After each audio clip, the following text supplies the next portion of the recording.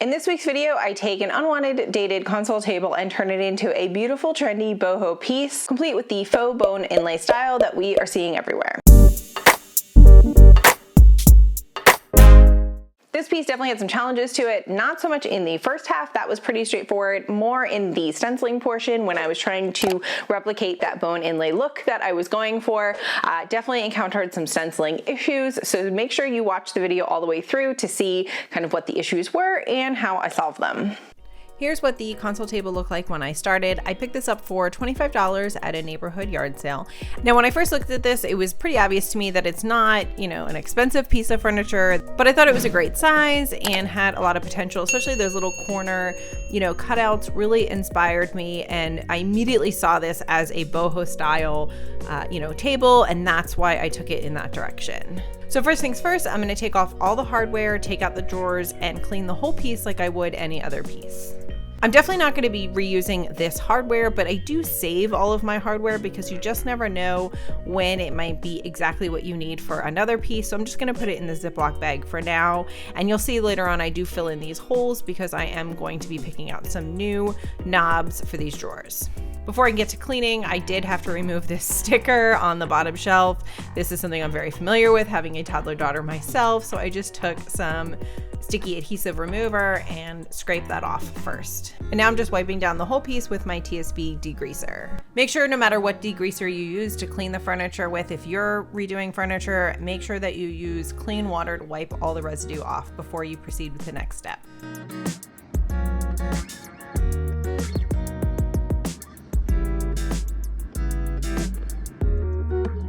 Next step after cleaning, once everything is dry, is to do a scuff sanding. I'm not, restaining this or anything. I'm going to be painting it, so I just need to scuff up the surface to give something for my paint to adhere to. This actually was super glossy. I don't know if it was from furniture polish or just the original finish. It was super, super glossy.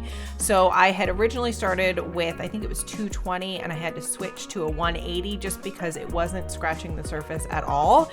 And the whole point of this is to get the paint to stick. So I had to go with something a little bit more rough in order to scuff up the surface enough for my paint to stick to it. The good news is with this piece, there wasn't really a whole lot of repairing. There weren't any large gouges or huge scratches or anything that I really needed to wood fill in, so that certainly made the prepping process go a lot faster. And then once I was done sanding, it was time to wipe off all of the dust.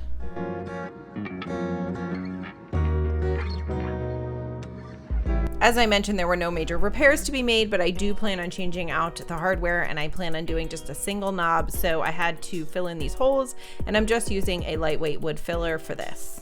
And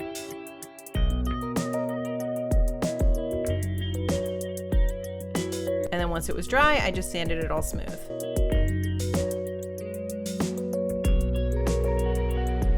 I'm using my favorite tried and true Zinsser Bins shellac-based primer for this.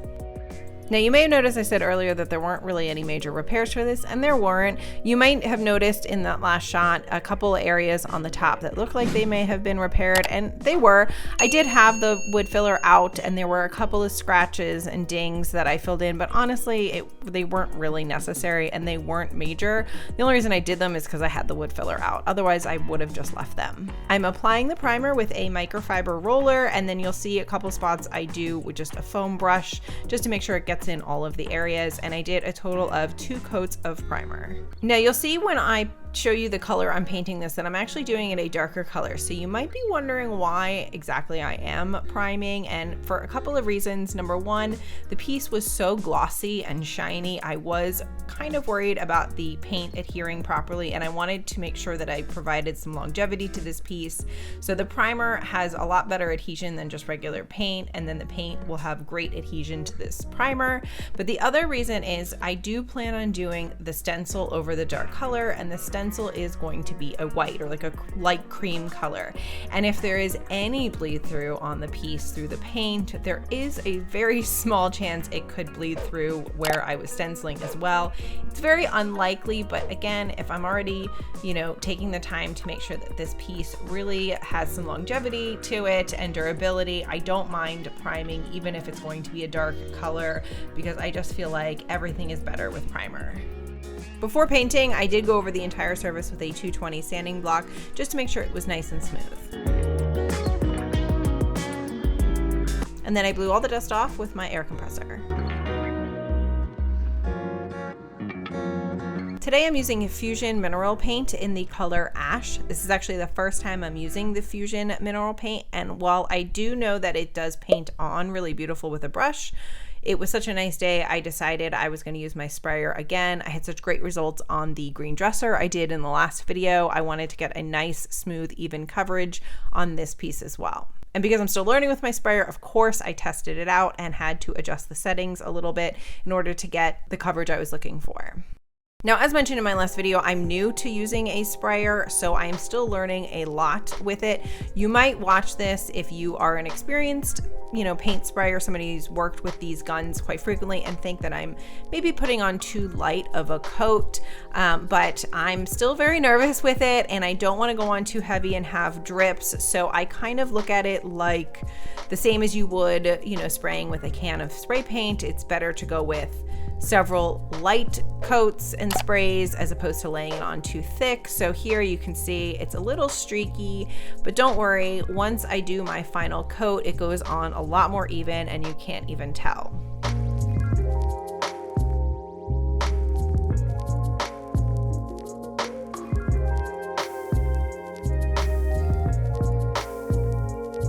And this is me spraying on the second coat, and you'll notice that now I have nice, even, full coverage. And because of the temperature on this day and the sun, everything was drying really fast.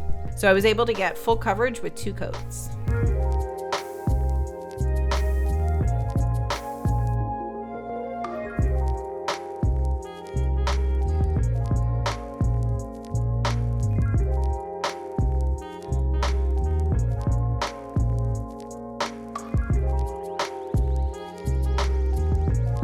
After that was all dry, my husband came out and helped me flip the piece over because I wasn't really able to get the underneath parts very well. So flipping it over really helped me get all of those areas.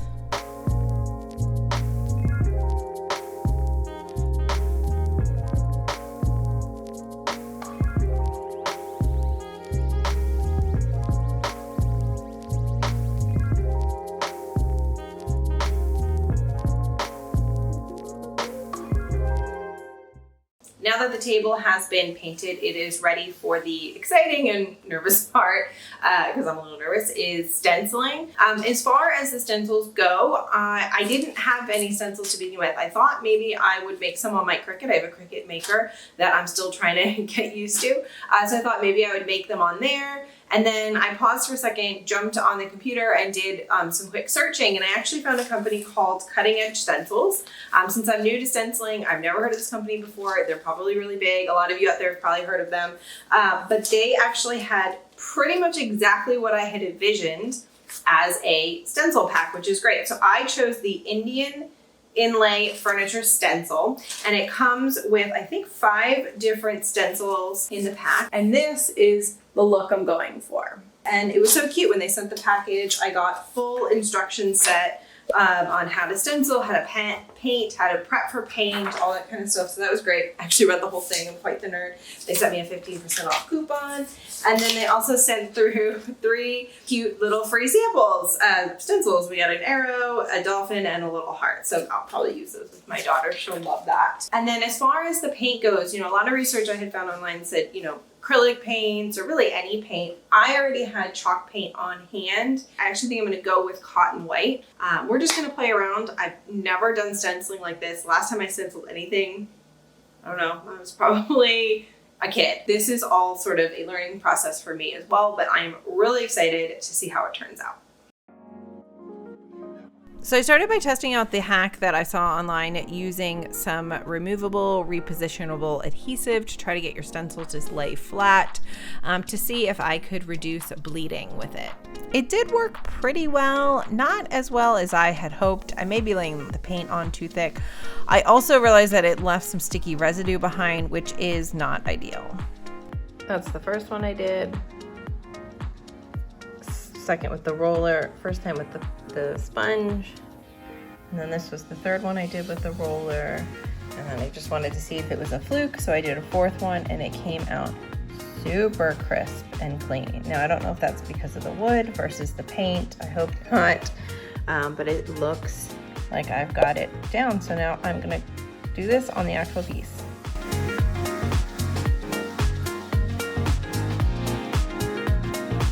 So the first step is to really figure out what my design and layout is going to be. They gave me 5 different templates in this pack, which I was super excited about, but I had to figure out based on the size of my table and the size of the stencils, kind of how I wanted to lay them out. I know some people just kind of start winging it and laying it down and free-forming it.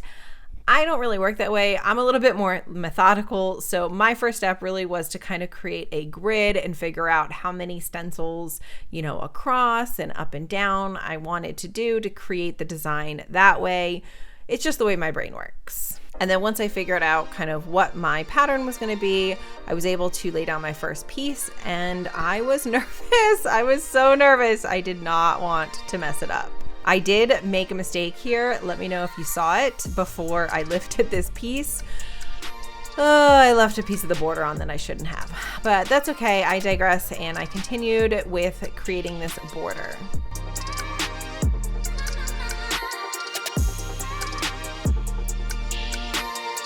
Now from the camera, it looks okay, but up close, there are a lot of issues with the stencil. So a lot of this was trial and error. I had to mask off the edge to make sure it didn't bleed.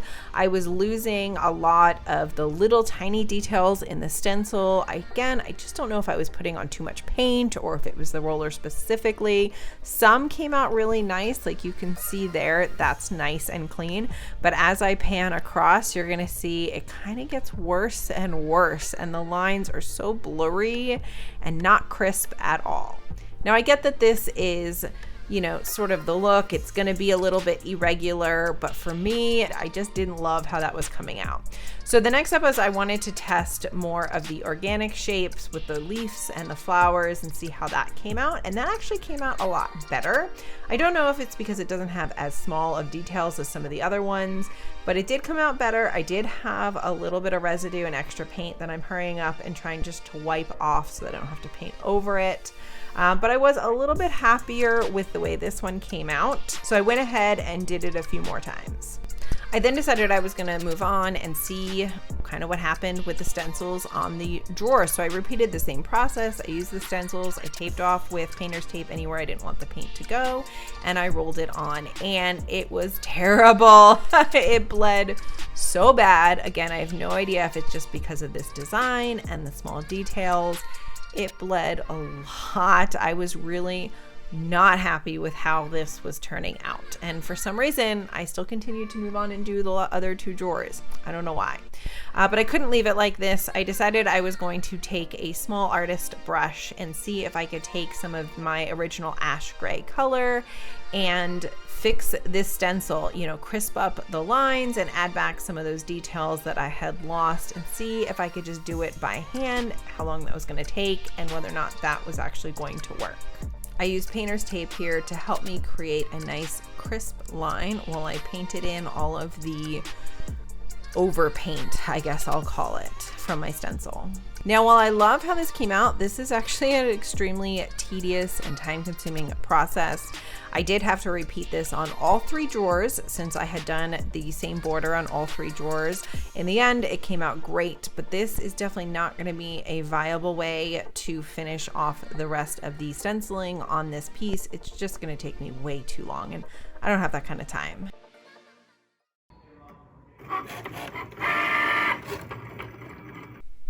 This is when I turn to my Cricut. I have a Cricut Maker. I am fairly new to owning it, so I'm still learning a lot.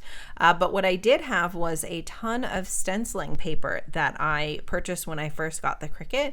So I decided that I'm gonna actually recreate these stencils with my Cricut and see how it came out.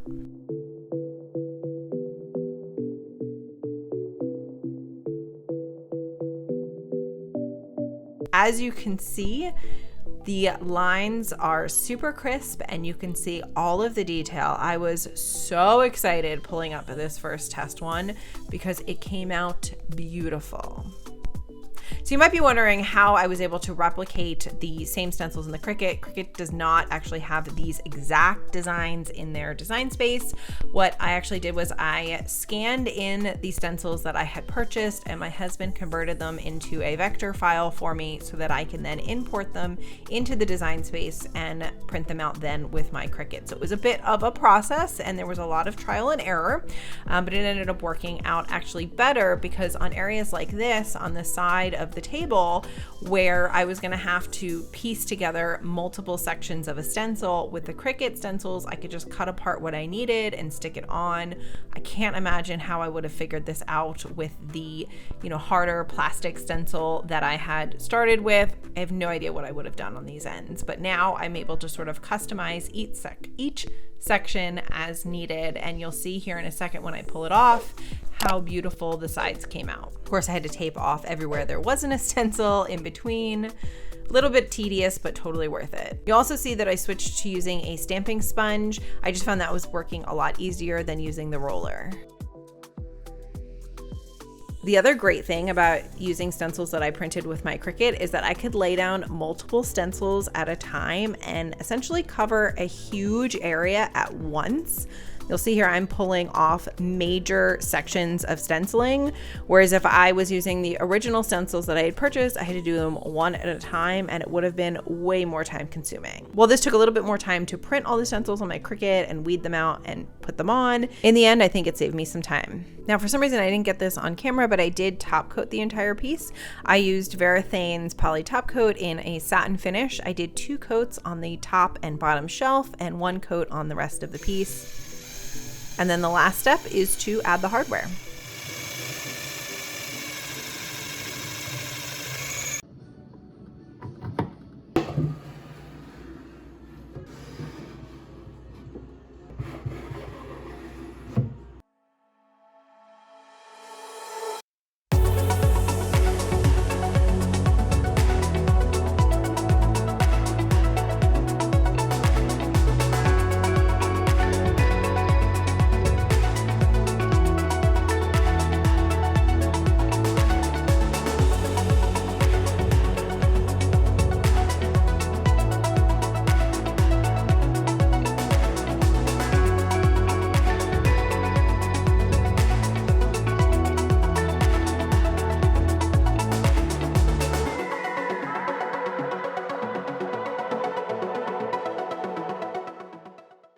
This piece in the end turned out beautiful. It was very challenging, and there were quite a few nights I wasn't sure if I was even gonna finish it, if I maybe was just gonna sand and paint it and be done with it, but I'm so glad I pushed through because it turned out beautiful. So I know a lot of you are curious about the numbers out there, and I'll go through this quickly. It's already been quite a long video. I purchased this console table for $25 at a neighborhood yard sale, and I spent approximately $98 on all of the other supplies. That included the primer, the paint, the top coat, the hardware, and the biggest part of that expense was the stencils themselves at about $42 for the stencil pack. I originally listed this piece for $350 on Facebook Marketplace. My thought process was real bone inlay pieces like this can fetch, $1,000+ and I thought this was a great affordable alternative to that, and being that it's more of that boho trendy look that everybody's looking for. However, after it sat for about a week and a half, I did decide to lower the price. As I mentioned in my previous video, I don't have a lot of storage room, so I'd rather unload the piece a little bit faster, and I dropped the price down to $275, and at that price it actually sold in 2 days. So that leaves me with $152 profit, which is not that great when you consider all of the amount of time and hours and trial and error and everything I went through to create this piece. I probably will not be doing another full faux bone inlay stenciling project just because I just don't think the profit is in it. If you're trying to do this for a profit, for more of a hobby, I really did enjoy the process, and if I wanted to do it for more of a hobby or enjoyment down the road, that might be an option for me. I still have several pieces left in that neighborhood yard sale that I had mentioned that I am currently working on. Right now, I'm in the middle of working on a dining room table and chairs, so keep an eye out for that video because I am almost done with that project, and that video will be coming out shortly. In addition to these furniture flipping videos, you will also find a lot of other DIY just around the house content. In fact, I have another video that I just finished filming that I'm gonna be releasing soon, a way to upgrade your pantry on a budget. It's also renter friendly. If you have those ugly wire shelves that everybody has in their pantry, I show you a way to kind of cover them and hide them and make your pantry beautiful. So keep your eye out for that, and thank you so much for watching. I'll see you next time.